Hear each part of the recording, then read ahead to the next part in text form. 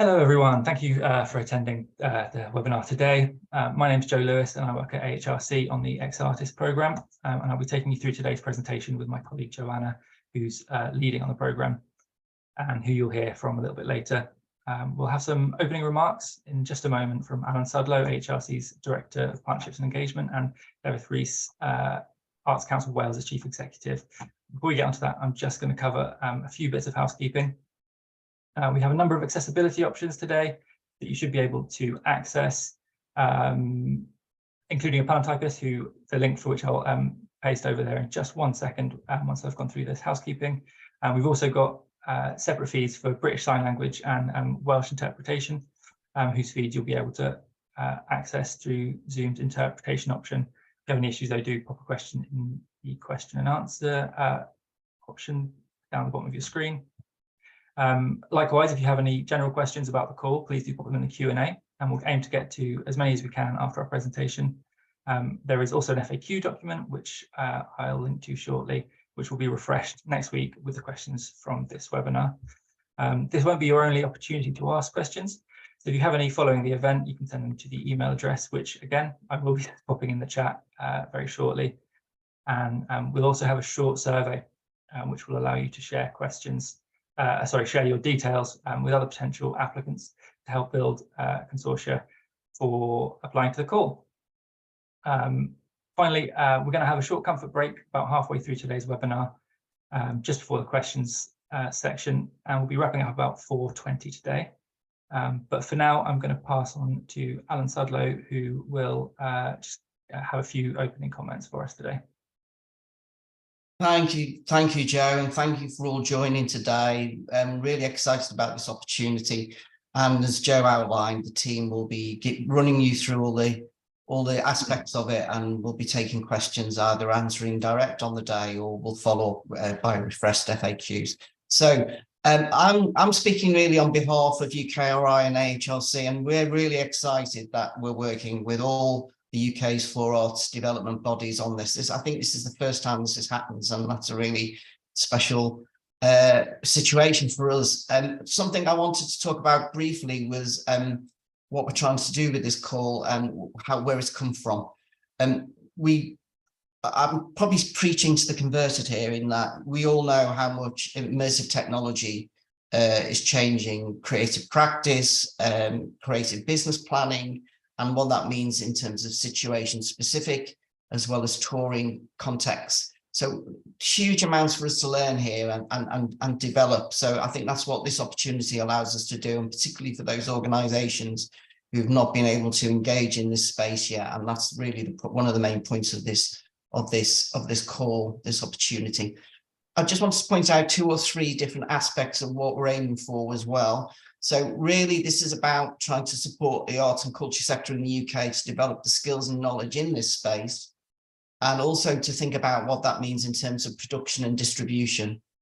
We're thinking here not just about the technologies, but also about the skills and talent pipelines that this relates to, and as well as our thinking about how this looks to the audiences as well, and thinking about how that plays out in terms of the arts and culture sector. So those are just a few things that we're really aiming to address with this program. I wanted to also just mention briefly that this sits alongside a portfolio of activity that we AHRC, UKRI, indeed the Arts Councils are engaged with in this space. So, for example, some of you may be aware of a large infrastructure program looking at convergent screen technologies, CoStar, which we think this complements. This is around entry level, as well as developing models around creative immersive technology. So I think that sort of hopefully explains the relationship between this current call and other things that are going on in this landscape. I hope that's been useful in really framing this. We really do want folks from all parts of the sector, not just independent research organizations or universities, to engage with this. And Joe will be going, and team will be going through some of the eligibility if that does crop up in your questions. So I'll hand over to David Rees, who's Chief Executive of Arts Council Wales, one of our key partners in this new call. Thank you very much. Hi, thank you very much, and hello, everybody. I'll be brief. You'll be relieved to know, but we're particularly excited that we're part of a UK-wide collaboration here with other arts funding bodies and AHRC. I think that's important. It's important in terms of impact and in sharing ideas and in learning from each other within the UK. And I think also there's an importance with this project in giving creatives and cultural organisations opportunities to explore new technologies. I just had a look at one of the quotes that was attributed to me regarding this project, and I'll repeat it a little bit if you don't mind. Is that it's important as we as funders support artists and creatives to explore what is state of the art, what can it mean, and how it connects with audiences now and in the future. And I think that is in line with our strategic priorities here in the Arts Council in Wales in terms of creativity within the sector. We're in the middle of our own investment review at the moment, and creativity is core to that, but also transformation and looking at things anew. And I think that this can play a significant part in developing within the sector skills and creativity that I really look forward to see what this will actually deliver.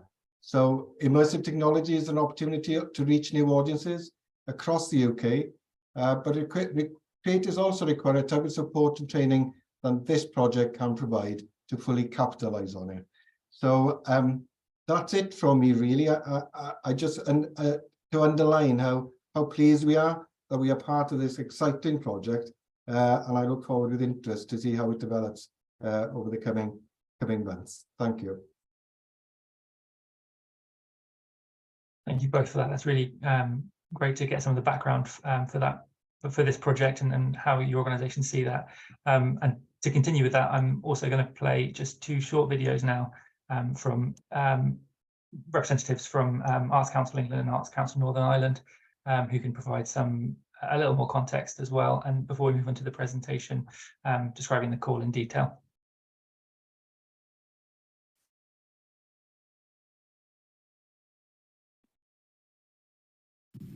Hello, I'm Darren Headley, Chief Executive of Arts Council England. We invest money from the taxpayer and the National Lottery players across the country to support the cultural sector and to give people from all backgrounds the chance to enjoy culture and creativity in all of its forms. And part of the Arts Council's role is to be a development agency, and that means helping the sector to make the most of innovations in areas like business or finance, and most importantly today, innovations in technology. And we've championed immersive technology for several years. With Digital Catapult, we ran Creative XR, and that was a program that helped cultural organisations to develop immersive experiences by providing funding for prototyping, as well as for developing skills development and bringing new work to audiences. And these are the things we're going to continue to focus on right now with XRtists. And this time, however, we also want to focus on the entry level by providing new opportunities for people and organisations who want to work with immersive technology for the first time, but haven't been able to up till now. And with that in mind, we put equality and access at the heart of XRtists.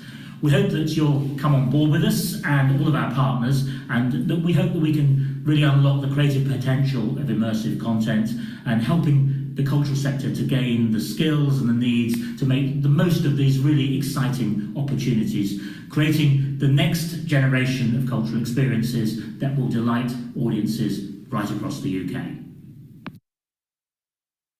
Hello, I'm Carly Green, the Director of Strategic Development and Partnerships at the Arts Council Northern Ireland.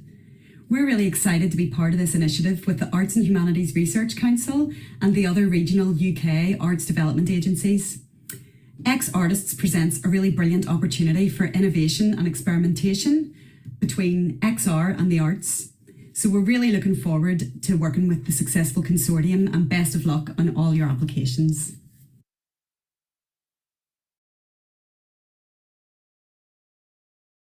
Okay, so I'm just going to, I've just got on screen now an agenda for what we're going to cover today in our presentation before we move on to the Q&A section, which is possibly the bit that you're all waiting for, but we'll run through this as concisely as we can. As I say, if you do have any questions about any of it, do pop them in the chat, but I'm going to hand over now to my colleague Joanna who's going to take us through the first section. What is XRtists? Thanks, Joe. Yeah, good afternoon, everyone. I'm Joanna Billingham, Senior Manager at Arts and Humanities Research Council. Thanks for joining us today and for your interest in the call. This XRtists programme is something we're very excited about, as Alan Sudlow said at the beginning. It's a new £6 million innovation and creative R&D programme supporting adoption and use of creative immersive tech, and aimed particularly at the arts and culture sector across the whole of the UK. The idea is that a consortium will be selected which draws together partners with relevant knowledge and expertise from arts and cultural organisations, but also the creative commercial sector and the tech commercial sector and research organisations. Important date to remember is the closing date. It's 4 p.m. on the 13th of July, and obviously all the information that we're covering today is in the call page, which you will have used to access to join this webinar. Thanks. Next slide. So we're delighted to be partnering with the 4 arts development bodies: Arts Council England, Northern Ireland, Creative Scotland and Arts Council of Wales. And obviously Arts and Humanities Research Council is part of the wider UKRI umbrella. Thanks. Next slide.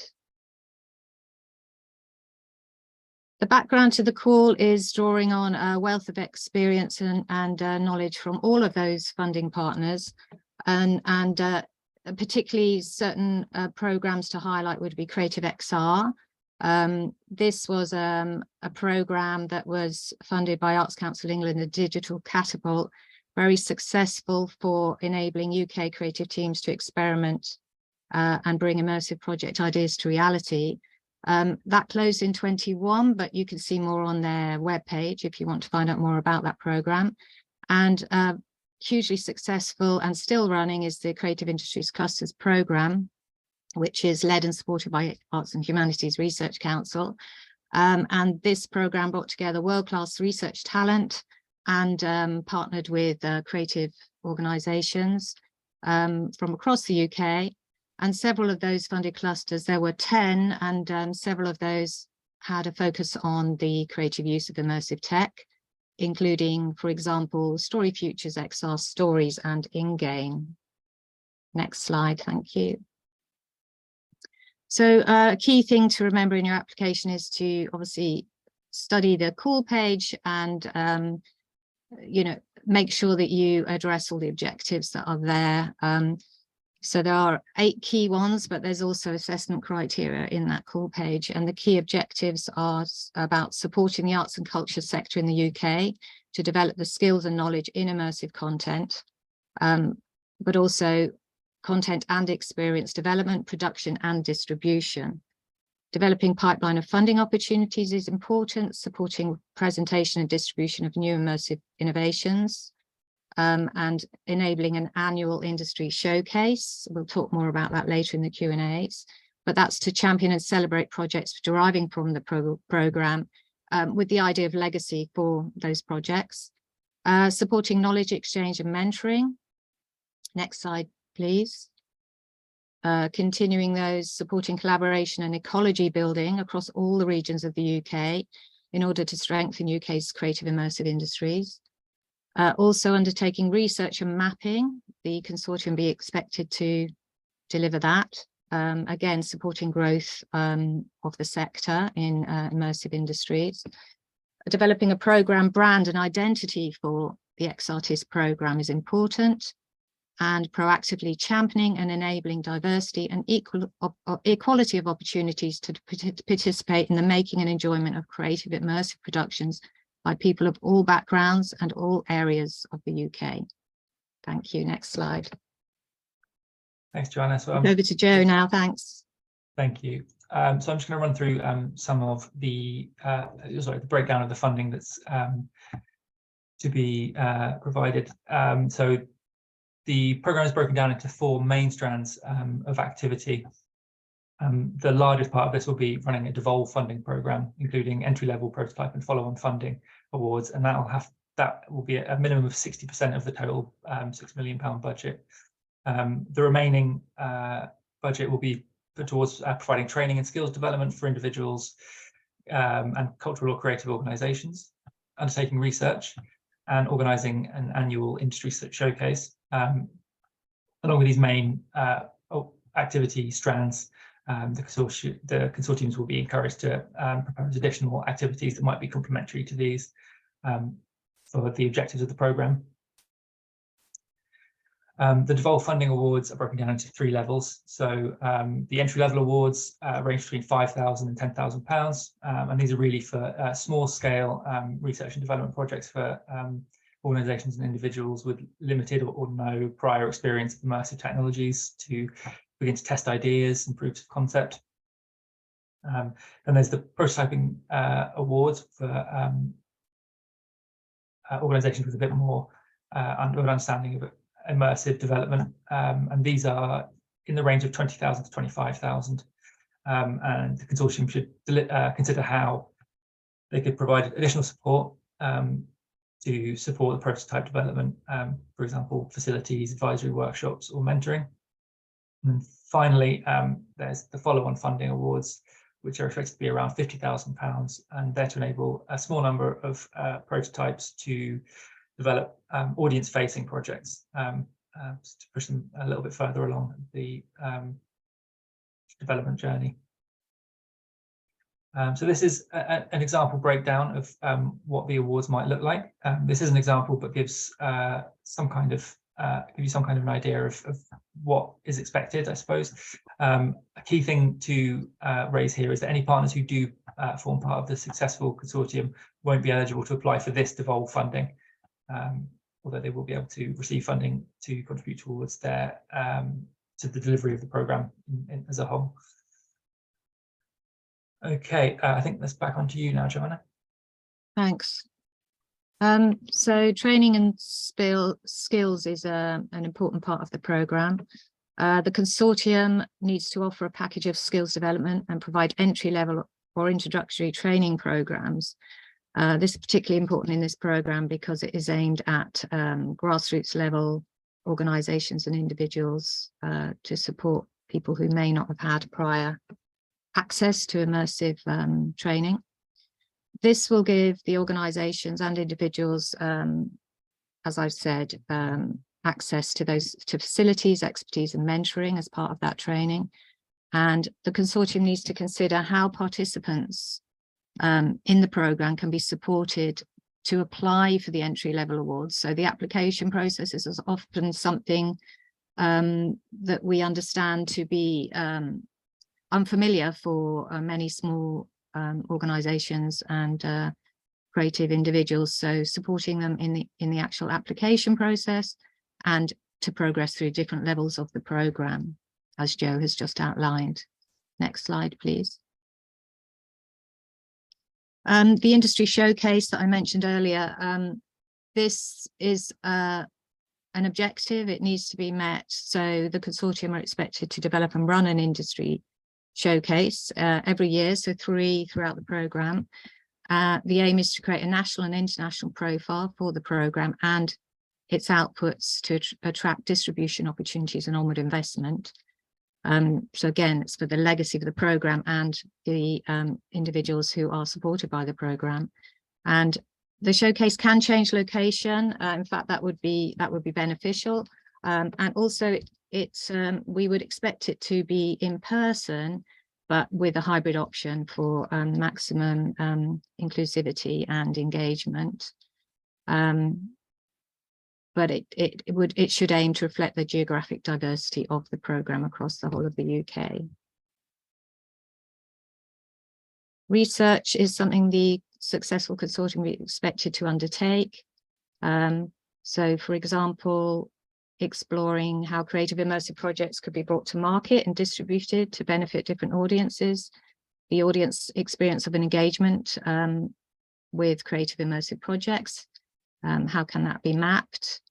Business and funding models for creative immersive projects and how the nature of productions and performances changes in response to the use of this new technology. How can that be captured by the consortium? And also important to map how workforce skills and training needs have been address throughout the programme. Thanks. I think it's over to you, Joe, now. It is. Thank you, Joanna. So just a few pointers on putting your consortium together. So at a minimum, the consortium must include 5 partners from across the UK, which will support 1 hub and a minimum of 4 regionally dispersed partners, which must include 2 partners based in England, 1 partner based in Northern Ireland, 1 partner based in Scotland, and 1 partner based in Wales. And the partners in England must be from 2 separate regions. To reflect, as Joanna said, the spread across the UK that we want the benefits from this programme to have. Important to note here is that organisations can only apply once to be the lead hub organisation, but may be named as a partner on multiple applications as well. So there's just some examples on your screen now. These are just at random, but to show you what it might look like. For example, the first one there has the hub in Wales with regional partners, 2 in England, 1 in Scotland, and 1 in Northern Ireland. And then that second example there has 1 hub in England, 1 partner in England, and then a Welsh, Northern Irish, and Scottish partner as well. A few more points on eligibility. Applications must be led by an organisation that's eligible to receive UKRI funding. Partner organisations do not have this requirement. So there's a number of organisations that are eligible to receive UKRI funding, whether that's a university or an independent research organisation, but that can all be checked out on our website. But as this says, yeah, partner organisations do not have this requirement, so they can be a cultural or creative organisation, or you want to check out the call page for what the appropriate partners will be on that one. Consortia must have an on-the-ground presence in all 4 UK nations, including partners based in at least 2 different regions of England. Consortia may include more partners, including a mix of partners from cultural organisations and the commercial sector, as well as research organisations. The number and combination of these partners will be determined by consortia based on their ability to support the delivery of XRtists programmes and activities. And consortium partners from cultural organisations and the commercial sector that contribute to the delivery of XRtists activities can receive funds from the consortium lead hub organisation to cover their involvement. Okay, so before we move on to the questions segment, I'm going to give everyone a just over or almost 10-minute break. So if we can aim to restart at 3:35, and we'll take your questions then. So do feel free to think of some questions in the meantime and pop them in the Q&A function. So see you all shortly.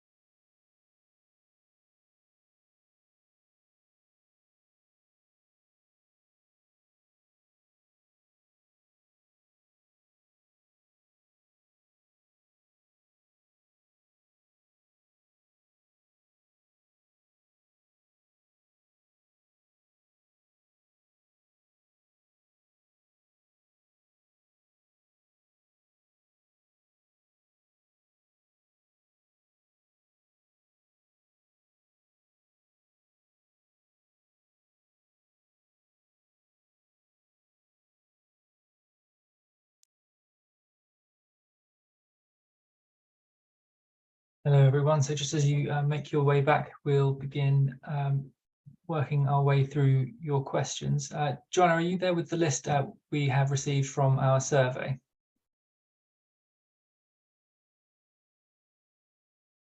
Oh, possibly should have given Joe a second. Yes, I am here. I was just having a little tickle in my throat. I am here. Don't worry. Yes. Hi, everyone. So we have had several questions at the last webinar and some in advance to this one. So thank you for those. And we have compiled a frequently asked questions list, which we've attached to the call page. So you'll be able to see that in additional information on the call page. But I'm going to read out some of the most frequently asked questions just to cover those in case they already answer some of those you've been wanting to ask today. Then I'll pick up some of the ones that you sent in advance of this webinar, and then we will come to the live Q&A. So do keep adding those. We'll get through as many as we can. If we can't get through all of them, we can follow up, and you can also follow up with us by email. So do send email to the heh@ahrc.ukri.org inbox if you don't get your question answered today. So just returning to our frequently asked question list, which may be of help today. One question we've had quite frequently is, do consortium partners need to be HEI, so higher education institutions such as a university? No, the consortium partners do not need to be HEIs. They could be from the commercial or the cultural sector. They could be a creative business. The consortium lead, the lead hub, as we're referring to it, needs to be eligible for UKRI funding, as we've mentioned. So that would be, and there's a list on the call page of who would be eligible for that, but that would normally be a research university, for example, and that is just for the purposes of holding the funds for the consortium so that they can run the program, deliver the training, do the research, and then organize the devolved funding, which is 60% of this this program. Organize that to go out through the 3 tiers of grants. So no, they do not need to be HEIs. Another question we've had regularly is, will there be any mechanisms or procedures to which the consortium, which they must implement regarding the devolved funding deployment, or will they be able to run the R&D calls independently? And to that, we have answered that the consortium need to consider how the devolved funding is going to be allocated via an appropriate review and assessment process. So that's within their consortium.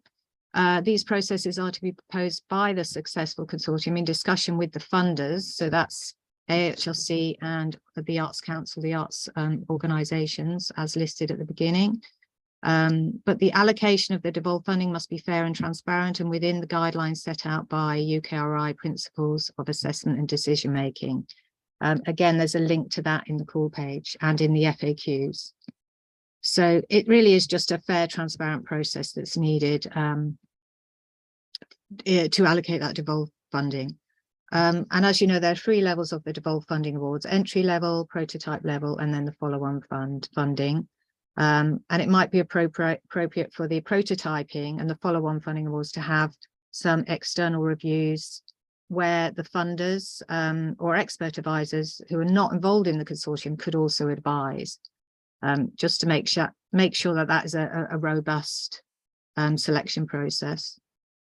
In line with the programme objectives, EDI will need to be considered in the design of the funding mechanisms and the decision-making processes. Another question we've had regularly is, are there expectations around the relative balance of the role of the hub, the lead hub, in relation to the other organisations in that consortium? And we would answer that arrangements are to be worked out within each consortium at the point of application, according to what each consortium partner, including that lead hub, can offer to support the delivery and objectives of that programme, the XRtists programme. And these roles should be appropriate to ensure the effective delivery of the programme objectives. So there's scope for you to work out what roles would be taken within your consortiums, but obviously it needs to answer the objectives. Another question we've had frequently, it's question number 9 in our FAQs list, Is there an expectation that all parts of the UK will benefit equally from XRtists investment and activity? The answer is it's not expected that all parts of the UK will benefit from the XRtists programme equally. However, the opportunity should be equally available to creative organisations and practitioners wherever they are in the UK. The required makeup of the consortium reflects the expectation that the delivery of the programme will spread awards and benefits across all of the 4 UK nations.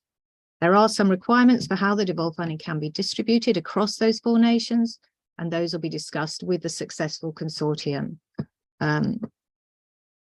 Another one is, are there any favoured formats for outputs? For example, VR headsets, installations, particular technologies or creative outputs.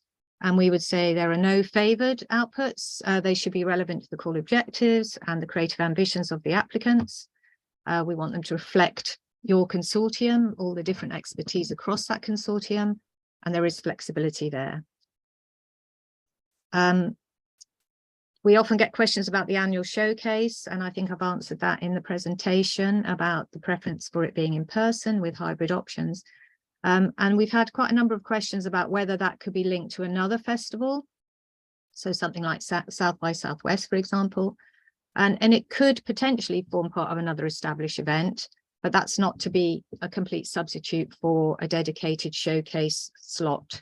If there's a strong enough case that could be made for how this would meet all the objectives for the showcase for XRtists, and it needs to also be clearly branded as an XRT showcase. In addition to the annual showcase, the consortium members could also be encouraged to participate in other established events or showcases or activities to support a presentation of and distribution of new immersive innovations which are enabled by the programme. One more, for previous AHRC calls, applicants such as Creative Clusters and CoStar, etc., applicants have sought letters of support from national arts and funding bodies. Is this feasible for this programme? We need to be careful of conflicts of interest. So to avoid possible conflicts of interest, letters of support should not be sought from national arts and creative funding bodies who fund this programme. So that's Arts Council England, Arts Council of Wales, Arts Council of Northern Ireland, Creative Scotland and AHRC. So no letters of support from those who are already the funders of XRtists. But letters or emails of support from every consortium partner and all named partners. So you may have some partners that are informal. If they are named in your application or listed in your application, you need to show their contribution. That could be in kind or monetary. You need to show how they're contributing, and you need to submit those letters or emails of support from those partners within one document. You download it from the application, you include all of those letters of support and you upload it. And there's more on that in the how to supply section of the call page.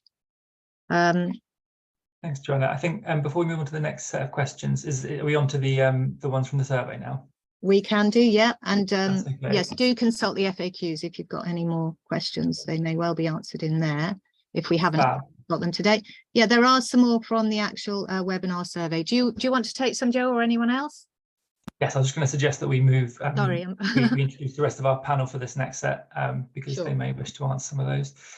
So here speaking with us today, we have Alan Sudlow, Director of Partnerships and Engagement for the Arts and Humanities Research Council, Joanna Billingham, who you just heard from, Senior Investment Manager at the Arts and Humanities Research Council, myself, Joe Lewis, I'm an Investment Manager at AHRC. We also have Paul Glinkowski, Senior Manager of Arts and Technology at the Arts Council England, Matthew Malcolm, Creative Industries Development Officer at Arts Council Northern Ireland, and Lisa Matthews-Jones, Portfolio Manager at Arts Council Wales. So that's our panel for today. So yeah, do feel free to jump in if you want to answer any of these questions. All right, Joe, you happy to keep reading questions? Oh, you're just on mute for now. Yeah, sure. We've had some in advance today. Do partners need to be from the UK? Yes, the consortium partners need to be UK based. You may be able to have some international contributors as informal partners, such as, mentors or collaborators. but the partner organisations need to be UK based. Can consortium partners provide producer or executive producer support? So yes, a wide variety of expertise within the consortium. And again, if the PI has expertise in either XR, XR related or arts background, that's not a problem. It can be either, but we would expect the PI who sits with the lead hub organisation to have either of those arts or XR related background, but the consortium itself needs to have a wide variety of expertise. Anyone else want to take any of these? There's 2 left, or shall I just finish these off and then we can start with the live Q&A? No problem. Do English partners need to cover 2 regions in England, or only one if it's in London? The consortium must contain partners in 2 regions of England, only one of which can be in London. That's the key thing. And there's another one about devolved funding. So a requirement to include workshops, mentors and funding for production. Is this cost part of the devolved funding or is it from the consortium funding budget, the 40%? And we're saying, assume you mean the production of creative outputs, expected that the consortium funds, which is the 40%, rather than the larger 60% going to devolved funds, would cover workshops and mentors as part of that consortium training package. So yes, let's move on to the live Q&A, please. Great, I'll list those off and do jump in. So the first we've had today is, can the ecology building convening and any recruitment activities be funded out of the devolved funding, i.e. what's ring fenced for the devolved funding pot? I think the key thing with the devolved funding pot is that that's money that's been ring fenced to go out on creative awards at those 3 levels: the entry level, the prototype, and the follow-on funding. So that's going to make up the lion's share of what that funding goes out to. I don't know if any of our partners want to come in on that point. No, okay. So moving on to our next one. What is the rationale for supporting 225 projects with this programme? I.e., what was the consideration of impact and legacy in terms of going for a very large amount of smaller awards and a huge admin burden rather than a smaller number of larger awards? So a significant differentiator for this programme for us than compared to previous awards was that we wanted to be accessible to that entry level, those who haven't had a great deal of immersive experience.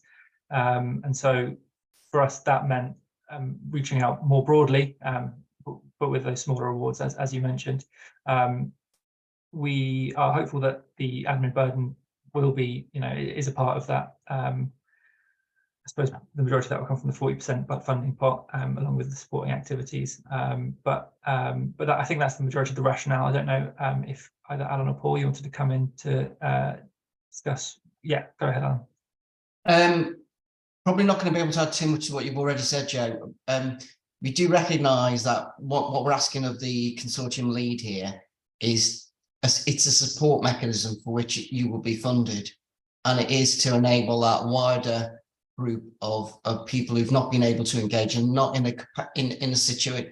a situation to essentially bid for larger scale funding to engage in this process. So that's the rationale. I guess how that is then framed in the proposal in terms of what's achievable in terms of numbers, I'm not best placed to comment on. Paul might do, because I know others have got experience on running similar programs. Thank you, Paul. Yeah, go ahead. Yeah, just to add that the figures that were in the presentation are kind of advisory, a best estimate of what we think might be appropriate. But if, having looked at all the detail within the documentation and what we're trying to achieve, you might have a different view on that and can justify it, then you don't have to kind of be beholden to those figures. They're indicative rather than a concrete expectation at this point. So we're interested to hear, if you've got experience of this kind of work and you have a different view, then by all means try and articulate that through your proposition, and you can amend the totals appropriately. Yeah, that's absolutely right. Thanks, Paul. Yeah, that's a really good point. Next question, the research equals not from the devolved funding, or is it? The research will come from the remaining funding after that 60%, so it's the remaining 40% if you were to fund it at, if you were to have that minimum of 60%. Does that make sense? It's not the devolved funding, as you say. So moving on to the next question. We are a startup. Oh, go on. So this is where I asked the team who've been closest to it just to send a check on this. For the devolved funding aspects that are going out for delivery, will there be any research elements to those to those 3 tiers of grants, just to understand that, or in other words, evaluative research of some sort, I assume might be part of some of those awards as well? I mean, I'll take that in terms of, say, the prototype strand. There's going to be inherently some R&D research in that, actual practice-based. But the devolved funding, so that comes from the devolved funding, say the prototype strand. That's what I would add to that. Paul, do you want to add anything? I think the expectation is that the devolved funding will be on awards direct to grant recipients, and that would be mainly to support production. So not the kind of types of research that was shown in the earlier slides. Has been ancillary things that we would like to see emerge from the programme as a whole. But I think the devolved funding is really to support the production process and the realisation of creative ideas rather than research per se. Yeah, to go back to what we have in our text on the entry level award, for example, we've got here to test ideas or proofs of concept as the entry level, and then prototyping is obviously more prototyping production. Thank you. We are the next question. We are a startup thinking of applying with a London university with immersive simulation facilities. How can we find other potential consortium partner organizations? So if you look in the chat or in the Eventbrite page for this webinar, you'll be able to see a survey. That survey is going to close at the end of the week, and at that point we will share the contact details with with other potential applicants, so they can help build those consortiums. But yeah, as I say, that closes at the end of the week, so do get those survey submissions in. In the call document, it says the approach part of the application is 4,000 words, but in the application form, this is limited to 2,000 words. So you may not be able to answer this live, but would you be able to check this and advise which is correct? So yeah, we'll add that to our FAQ, but thank you for flagging that. We'll make sure that that's corrected if it is a mistake, or otherwise advise via our FAQ. But if you do have any trouble, any other issues, do send us an email and we can correct that. But yeah, we'll look into that for you after this webinar. Yeah. Next question. Thank you for this helpful briefing. Can you please say a bit more about how awards are likely to be distributed across the 4 nations? Is there a particular allocation or funding number of projects imagined for each territory? This will help us to properly resource partnership and to honour the roles and capacity of all consortium members. So there are some limitations about how the funding is distributed across the UK. They're not too onerous and are, we think, in line with things like the population, the different countries, or the creative industries. I think it's reflected in the fact that we require you to have either a hub and a partner, or 2 partners in England compared to the other countries. So that may give you some insight into how that's broken down. But yeah, as you'd expect, England's a larger country, so there are some restrictions on how that can be, how that's split up. But we'll go into more detail about that with the successful consortium.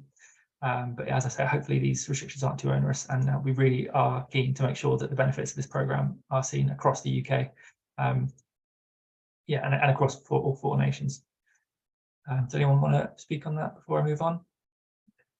Go ahead, Paul. Yeah, I think the principle is that the offer should be universally available across the UK, but the levels of demand and readiness for people to access these kinds of opportunities might not be equally distributed. So, the benefits will not be completely equally distributed everywhere. It's just that the opportunity must be, really. That's what we're looking to achieve. That's right. Yeah, exactly. So next question. I think our organisation, which is an arts charity, will be better suited to some of the devolved funding awards, given our current ambitions in this area. How will we find out about these? Will they be given via open application rounds, and when will they be open for application? So you may be waiting a little while.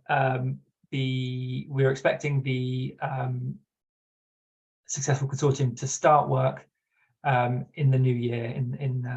I think we do have a date. Joanna, do you know what that is off the top of your head? Yeah, yes, the grant. So the program is due to start on the 1st of February 24.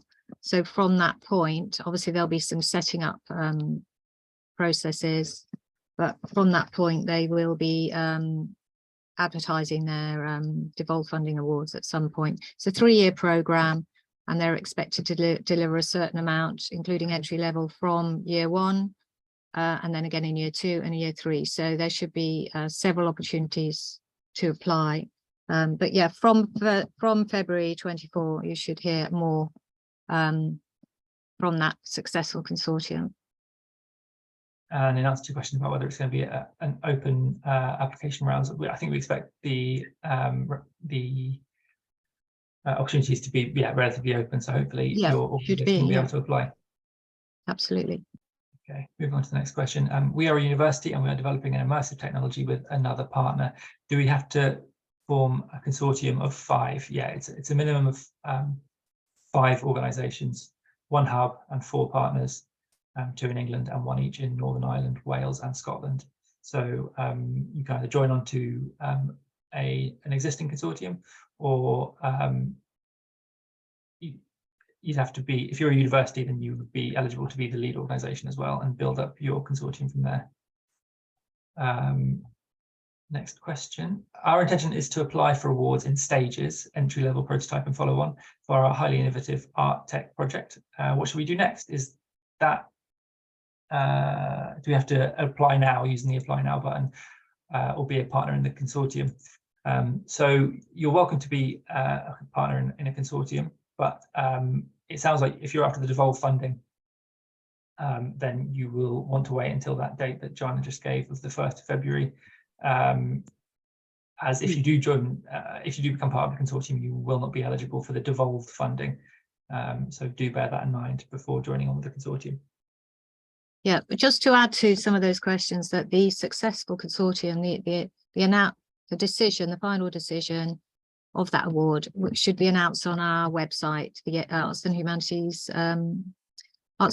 Council website, and decision making is due to happen towards the end of the year. So should hear by the end of the year who the successful consortium is, and then you'll be able to look out for the further funding from them. Thanks. Thank you. Okay. Our next question here is, UK partners cannot be from the same region. What is the definition of a region, and what is the thinking behind that? So I think there's some, we can follow up on which regions we're discussing there. Oh, Paul, do you want to take over? Well, I think the region probably applies to the England question. And I think it's looking at the Arts Council regions or areas. Actually, we have 5 different areas. One is London, one is the southeast, one is the southwest, one is the Midlands, and one is the north. So the regional requirement is that there should be partners that represent at least 2 of those Arts Council areas. And if you want a definition of those, you can find them on Arts Council England's website if you're unclear where the boundaries between those different regions are. Great, thank you, Paul. That's a good question. Thanks. Exactly. Just to go into the thinking behind that, it's again to make sure we've got that spread across all of the UK. We don't want it to be centered too much. We want to be able to allow the partners to be able to help with the delivery of an open call for the devolved funding. Next question. The specification says that the bid needs to provide entry level or introductory training programs. Should these extend across all 3 levels of award, e.g. entry, prototype or follow on? My first instinct with this is that this would be sort of assessed via our peer review panel, but we're looking for you to support all 3 levels of the awards that will be given out. So I think that there would need to be at least some support for all 3 levels. I don't know if any of my colleagues want to speak to that in more detail. Yeah, except for, you know, you could join the entry level, having received some training. You could join the entry level and then you could progress to the prototype and then the follow-on. So it could be sequential. So you would naturally be receiving training at entry level and then building on that. Yeah, Paul, do you want to say anything about if somebody were to come into the program, say just at prototype level, for example? Yeah, it may be that they'd have different requirements in terms Exactly, of yeah. knowledge and learning needs, and people who are coming in at entry level. So Yeah. it's just trying to think and anticipate what those needs might be and what might be appropriate at different stages. It Yeah. will be that for follow-on funding, people are just kind of ready to go and they've already got the technical expertise within their team. And so it might be less relevant at that stage, but certainly we would expect, training and learning to be very important at that entry level, and there will be different requirements as people move through the pipeline. Yeah, the key thing is it's supportive and it offers training, certainly at that entry level. So moving on to the next question. The examples of research given are quite market driven. How much scope is there for wider reaching research, such as the psychological effect of immersive experiences? I could answer that one. I think there is scope, particularly, and there's one of the examples covered audience engagement, and also the effect, sort of the positive effect of immersive, the program and the use of immersive technology on the creative process. So yeah, there would be scope for that wider reaching, and also for R&D research, not just academic research. Important to mention that. Alan? Just to add, and someone who's closest in this on the panel can correct me if wrong, I think we also want to understand how immersive technologies are received and accessible for people with different cognitive abilities and also different, disabilities as well. So I think that could be part of the mix here as well. Yeah, more broadly, I'd say in terms of the types of research, I'd look to the objectives of the programme to see what kinds of research can really support those, that they're going to be sort of what we're looking for at the end of this programme. So do have a look at those and bear those in mind when you're thinking of what kinds of research. And can I just add, I don't think they are necessarily market driven. That's not really the objective. If anything, it's to support the legacy of the programme and support the distribution of immersive creativity across the UK. So there is definitely scope within those examples. Okay, another one here. It would be good to know if there are any plans or ways to support network formation. How could we hook into becoming an industry partner rather than a regional hub, with a very specific remit around the ways that immersive tech is introduced to creative practitioners with a physical based practice, learning from our experience delivering the distance project. Well, I've mentioned the survey, which was going to allow you to share your details. What part you play in the consortium will be between you and the lead hub and the other consortium members. But that's going to be the one way that you can make contact, other than making the most of your own networks. Oh, and I need to be slow in reading the questions, apologies. So yeah, possibly all panelists might want to slow down a little bit for our interpreters. It's probably me who's the main offender though. If the BBC R&D is a potential partner, are they an IRO, which stands for an independent research organisation? And if so, would they be in the London or Manchester region? I could answer that. They're not eligible. They're not an eligible IRO, the BBC. So they'd be a partner. They'd be a consortium partner, an industry partner, if you like. The person who sent that question, if they're unclear on that response, we can do feel free to get in touch directly, and we can help discuss eligibility. Our next question here is: the presentation focused on grassroots support, but how exclusive is this? And could a grassroots organisation be associated with a medium or large organisation who could also benefit from the devolved funding? Paul, would you like to speak to this one? Yeah, there is a clear focus on sort of grassroots and entry level, but it doesn't necessarily mean completely grassroots and community. It can be organisations of any kind working in the arts and culture sector that just don't have prior experience of immersive technology. So maybe grassroots is possibly slightly not quite to the point there. I think the idea is just it's an encouragement to people who don't have experience working in the arts and culture sector, whatever their circumstances, who want an entry-level opportunity to engage with immersive work. And certainly at prototyping, there'll be people who can apply who haven't been through that initial entry-level stage or are already operating at quite an advanced level within the immersive sector. Thank you, Paul. Our next question here is, how do the co-funders contribute to the programme?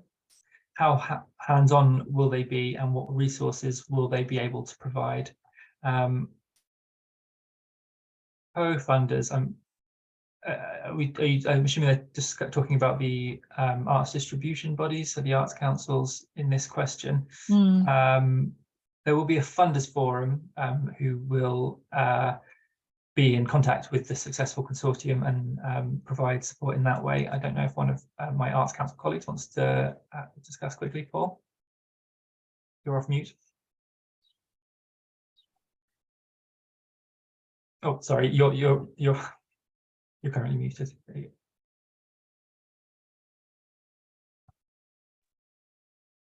The only thing I would say is that we provide the funds and we provide the support, as you say, in sort of funders forum meetings and supporting on the governance of the running of the programme and delivery of the grant over those 3 years. So potentially to support on, say, peer review processes, might be able to support on some of that if the consortium needs it. But yeah, we're there to support the consortium deliver the programme.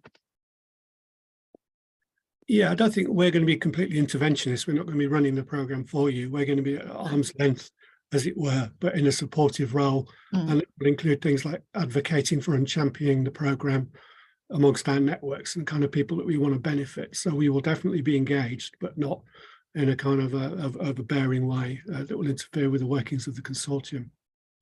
Yeah, Lisa?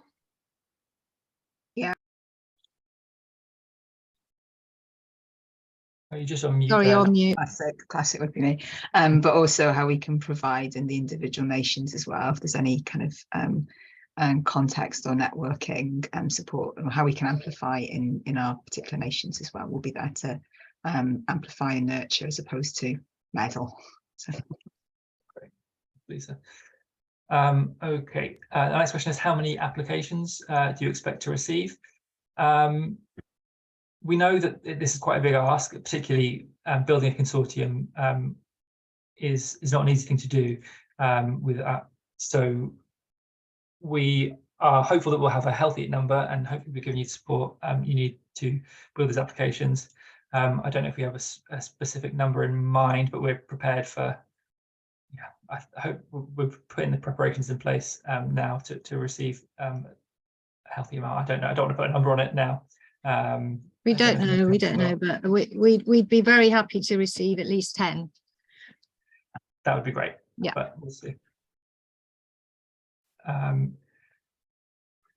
When do you expect year one devolved funding to be available for application? Beyond that 1st of February date for the consortium to begin, we'd expect it to be, I suppose, in the year 24-25 to begin that first amount of devolved funding. And I think I suppose the number of applications will give some idea of when we want those available. I don't know if we've got a specific time during the year when we want that to be available, but certainly we'll want them to be run before the end of the year. It's similar to the last question, that the grant, the programme starts on the 1st of February 24. So anytime once the programme's up and running. So I would imagine it could be late spring of year one, potentially, but we can't answer that because the consortium need to organise it. Yeah, we're just supporting in the background and guiding. Alan? Just a brief comment, which is not directly on this point, but I think picks it up on the earlier, including Lisa's point. I think the Funders Forum will be there to work with the consortium to ensure that there's an engagement program for the devolved funding. So I'm not saying we can say exactly what that will look like now, but we want to see, we want to signal that this isn't, we don't expect the consortium to do this totally alone. They'll need to deliver it, but I think we will help support that to make sure it happens in all the nations. Yes, and I think it's important to say we will be meeting regularly with the consortium as well, you know, as a supportive, as a supportive funder. Thank you. The next session we have here is to make the prototypes, we'll need studio time. Is this considered part of the devolved budget as its key? The breakdown of, so we expect the successful consortium to be able to provide things like facilities to help the development of things like the prototypes. The breakdown of this will be somewhat down to the applicant to decide, decided by peer review. Paul, did you want to speak to what your thoughts are? Well, I guess the consortium will set the criteria for this, so we can't sort of completely judge in advance exactly what criteria will be around the devolved funding. But if you look at something like Creative XR as a model, then yeah, people's time would be built in the budgets that were then could be taken out of the award that they got from Creative XR. So I would imagine that might well be a feature of the awards that come out of this fund as well. The next question is just asking to repeat the email that we can send questions to, which I'll pop in the chat just now. Will the contact list and those interested in forming a consortium be shared? Yes, that will be shared at the end of this week via that survey. So if you've not registered on that survey, then details won't be shared. So you'll need to complete that before the end of the week. Will all IP across 3 strands stay with the devolved funding parties? I think the expectation here is that intellectual property will stay with the people who are applying for the funding across those 3 levels: entry-level, prototype, and follow-on funding. I don't know if any other colleagues want to have anything further to say. I think that's the main takeaway. Apologies, but I can't see the survey link in the chat. It looks disabled from my end. Joanna, would you mind picking up questions so I can just confirm that everything is in the chat where it needs to be, if you wouldn't mind? Sorry, the next question, was that, can I clarify whether funding to cover the artist company's time spent on training or support workshops, which could be generally available to all participants rather than only targeted bursaries, can form part of devolved funding or not? The current FAQ relating to this only speaks about targeted bursaries. I'd like to know if this could be more widely available to compensate people for scheduled mandatory time on any of the programme tracks. Yeah, I think within targeted bursaries, we would include compensation for people for their time. We've just included that really to be decided by the consortium again, but we understand that, you know, in order to support the programme, they may need to compensate some people, particularly creative freelancers, for their time. So potentially, yes. So the same FAQ answer applies to that question, if that makes sense. Hopefully that answers the question. Next one, are FE colleges eligible as partners? Yeah, potentially they would be eligible as partners. That's right. It's only the lead hub that needs to be eligible to hold the funding. So they need to be a registered research organisation or independent research organisation. We haven't got much more time left. Should we keep going? I think we should probably start to look to wrap things up now, and we will, any of the questions that we haven't got to, we will make a note of and aim to get back to those in the FAQ document, which will be updated on the XRtists core page. But if you do have any further questions, please do send them on to the email. I'm just going to read that out for people to note down in case they haven't been able to access the chat today. So the email for further questions is HEH, so HEH at ahrc.ukri.org, HEH at ahrc.ukri.org. The survey link as well, if you're not been able to access that one, is available on the Eventbrite page. So you should be able to fill it out there too. Does anyone have any final comments they wanted to make before we wrap up the webinar today? Just to very briefly say thank you all for your interest, for those that have joined today, and we'll endeavour to answer all the questions that we've not got to, as Joe said. And I'd like to thank Arts Council colleagues for contributing to so much of development of this call as well. Thanks, Alan. Thank you. And I'd also like to thank our interpreters today, some of whom, because of a mix-up on our end, had to step in at the last minute. So we're really appreciative of all of you for helping us to make this webinar as accessible as possible. As I say, we're here for your questions, so do send them on. And thanks very much for attending today. Goodbye. Thank you. Goodbye.